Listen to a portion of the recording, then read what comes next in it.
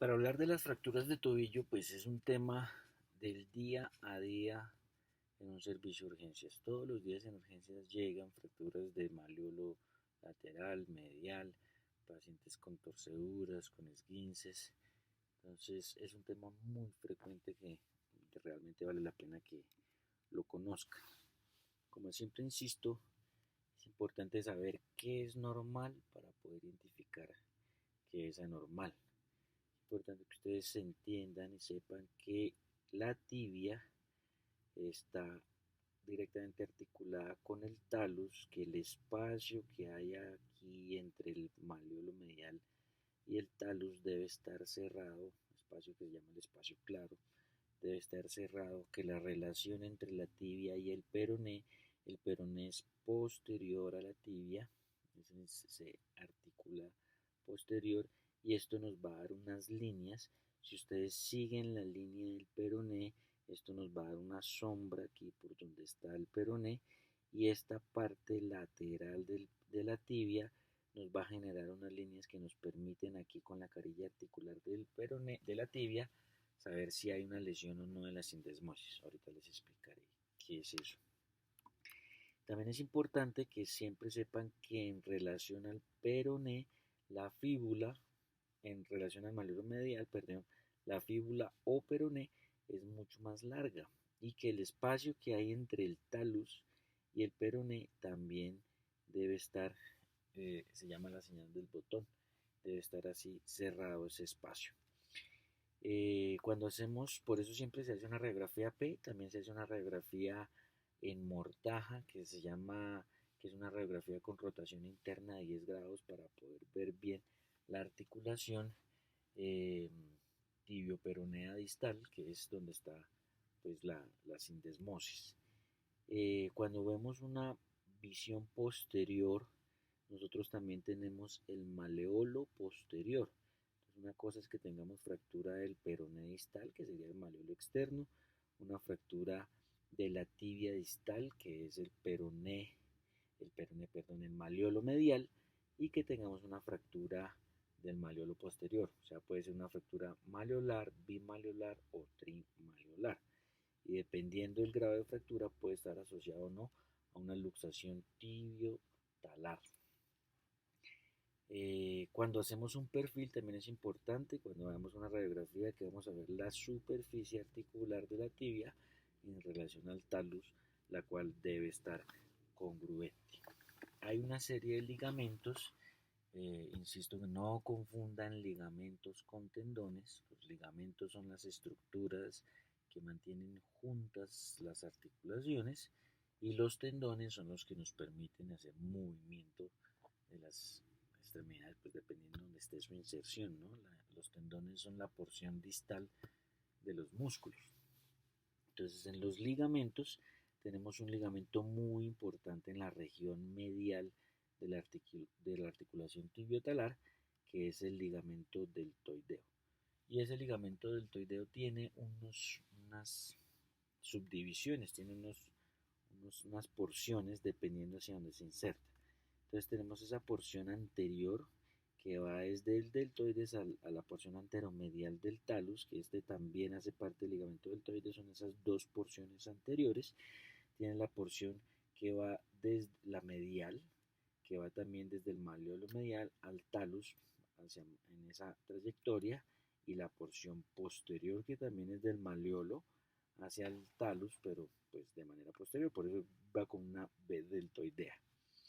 En la parte anterior, por debajo de la sindesmosis, vamos a tener el ligamento fibuloperoneo, fibulotibial, o acá con la anatomía vieja que se usa todavía el peroné, entonces es el peroneo tibial o tibio peroneo. Ese es el tibio peroneo anterior, que es el mismo fíbulo tibial anterior, que es uno de los ligamentos que más se lesiona con los mecanismos torsionales.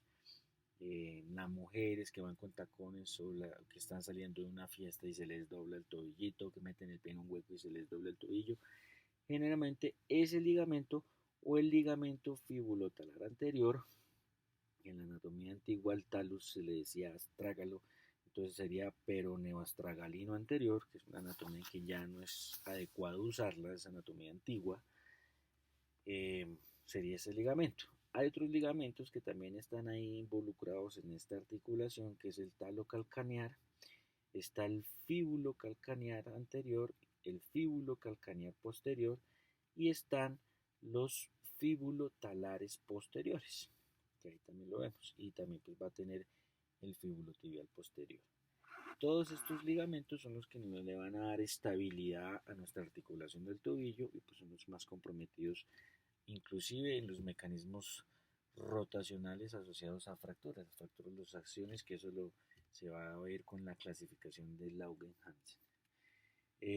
Revisando un poco la anatomía de esta región, entonces vamos a tener aquí el tendón de Aquiles, que pues él va a terminar siendo en su porción proximal los músculos gastrocnemios que se insertan en la porción del borde posterior de la tibia distal. Vamos a tener el músculo del sóleo, que no tiene gran fuerza ese tendón, pero sí es muy útil para hacer los injertos, nos sirve para hacer injertos en las lesiones del tendón de Aquiles, las rupturas traumáticas del tendón de Aquiles.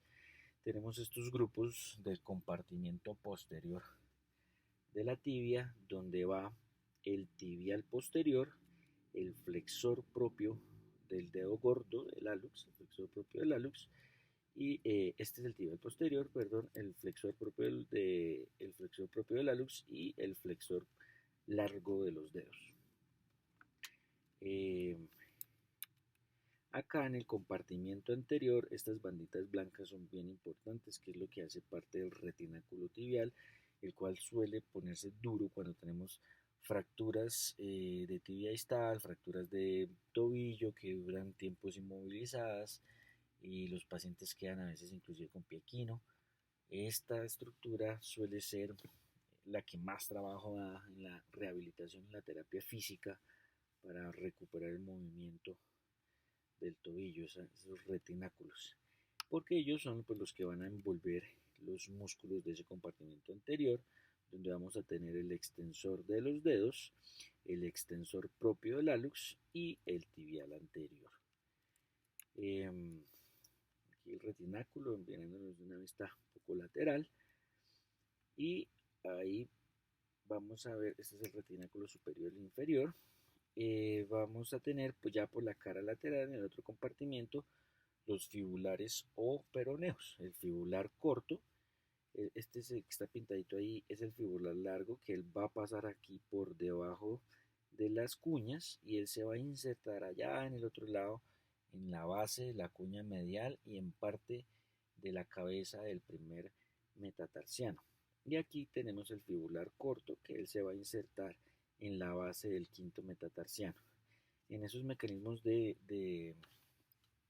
versión del tobillo hay una hiperextensión de ese tendón que es el que produce las fracturas de la base del quinto metatarsiano, que es la conocida con el epónimo de la fractura de Jones. Entonces ya radiológicamente lo que ustedes tienen que siempre revisar en una radiografía es que este ángulo, que se llama ángulo talocrural, esté preservado, es decir, que la peroné siempre esté más largo que el malleolo medial. Si están a la misma altura, eso es criterio quirúrgico. El otro criterio, eso es lo que ya les habíamos nombrado hace un momento, que era el espacio claro, que esta relación, la distancia que hay entre la superficie articular de la tibia y el talus, que es aproximadamente 2 milímetros, debe estar igual a todo alrededor de su articulación.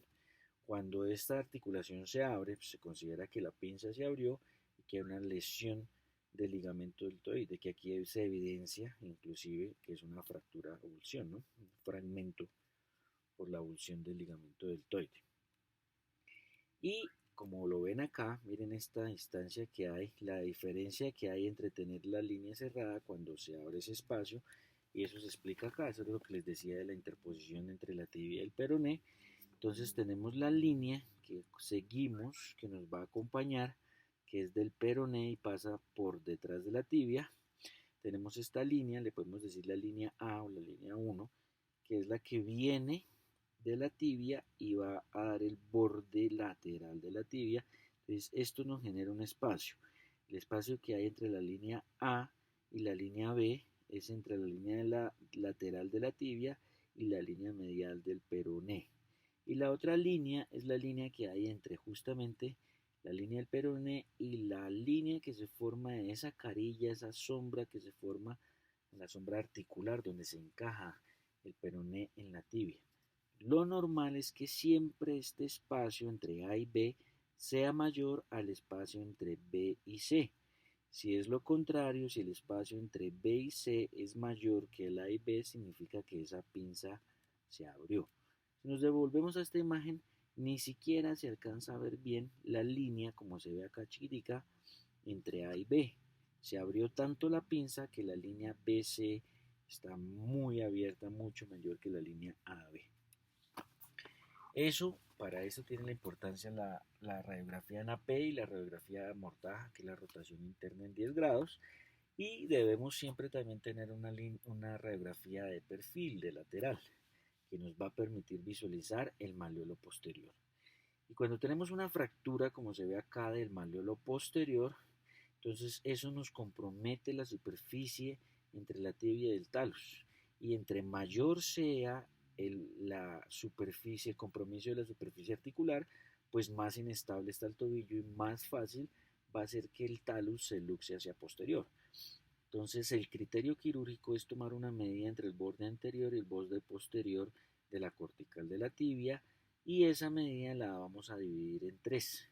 Si la fractura es mayor al 33% de la superficie articular, es decir, la tercera parte, eso es un criterio quirúrgico para fijar el malleolo posterior. Si es un fragmento mucho menor, se puede manejar de manera conservadora, ya que generalmente las fracturas trimalleolares, cuando se reduce la fractura del malleolo lateral y medial, estabiliza la lesión. Esta es una clasificación que es muy usada, muy poco útil, no tiene ninguna indicación, ningún pronóstico, nada. Es la clasificación de Weber, que simplemente nos dice la altura de la fractura en relación a la sindesmosis. Si es infrasindesmal A, si es transindesmal B y si es suprasindesmal C, pero no es muy útil en términos prácticos. La clasificación de Langen-Hansen sí nos permite entender esa relación que hay entre los ligamentos y las fracturas y el mecanismo rotacional que estuvo presente para la lesión. Dependiendo qué tanto se rota el tobillo, pues podemos saber si es malleolar, bimalleolar o trimalleolar. Y esta clasificación, según la rotación que se va presentando, nos va a permitir si hay eversión, rotación interna, rotación externa, inversión. Eso nos podemos utilizar esta clasificación para explicar el mecanismo y las lesiones esperadas. Hay una lesión que es frecuente en pacientes que tienen traumas rotacionales a nivel del tobillo, consultan por urgencia, se le hace radiografía de tobillo y no hay evidencia de fracturas ni luxaciones. El paciente persiste con dolor. Es como un tips ahí para que no se les olvide que si tienes un caso parecido así, soliciten una radiografía o de pierna o de rodilla, porque hay lesiones rotacionales en la cual se rompe la sindesmosis, se transmite todo el mecanismo de energía por la membrana interósea y sale la energía por el peroné proximal. Entonces produce una fractura a nivel del peroné proximal y este se llama, el epónimo es la lesión de Manzanavi. Entonces, pues, que lo tengan presente, que no les vaya a pasar. Cuando tenemos una fractura como esta, que es evidente una fractura bimalleolar, asociada a una luxación tibiotalar, está lateralizado el talus en relación a la tibia, pues hay diferentes opciones quirúrgicas dependiendo de lo que nos vamos a encontrar. Esta es una fractura, como les decía, trimalleolar, donde ya este es el corte tomográfico, una alteración, cizallamiento, un desnivel de la superficie articular, eso evidentemente es quirúrgico, y hay opciones. Si tenemos una fractura malleolar solo lateral, entonces vamos a fijar el peroné únicamente. Se utiliza esto que es el tornillo interfragmentar, quizá el tornillo más importante de la fractura, porque es el que está haciendo la reducción anatómica y vamos a colocar la plaquita lateralizada en el peroné, que es una placa de neutralización. Si tenemos una fractura bimaleolar, entonces se coloca lo mismo, la plaquita lateral en el peroné para realizar la reducción y se coloca el tornillo en el maleolo medial, se hace la reducción o se puede hacer un obenque, que es un mecanismo que se llama banda de tensión. Siempre el maleolo medial es quirúrgico porque el periósteo se interpone en la fractura y va a generar una pseudoartrosis. Entonces las fracturas del maleolo medial son iguales a cirugía. Cuando hay una lesión de la sindesmosis, entonces una de las opciones es colocar la placa para hacer la reducción de la fractura del peroné, si es que hay fractura, y si solo hay lesión de la sindesmosis o con fractura, se coloca ese tornillo que va a pasar 3 corticales, no debe pasar la cuarta cortical, y cerrar por medio de ese tornillo la pinza.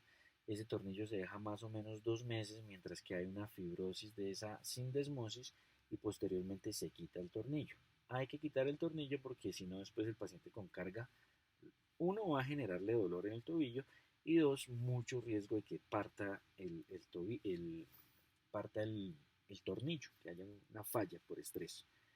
Hay otras opciones que es, en vez de colocar el tornillo transindesmal, es hacer esto que es una técnica por endoboton, que es un sistema de suspensión que va a cerrar también la sindesmosis. Esto funciona así, que es esa ancla que va ahí en la cortical con las suturas no absorbibles que van a tensionar y cerrar la sindesmosis. Para el maleolo posterior hay opciones, hay abordajes posteriores donde se puede colocar placa con tornillos o hacer abordajes por medio de tornillos canulados de anterior hacia posterior para fijar, cuando tiene indicación, el maleolo posterior.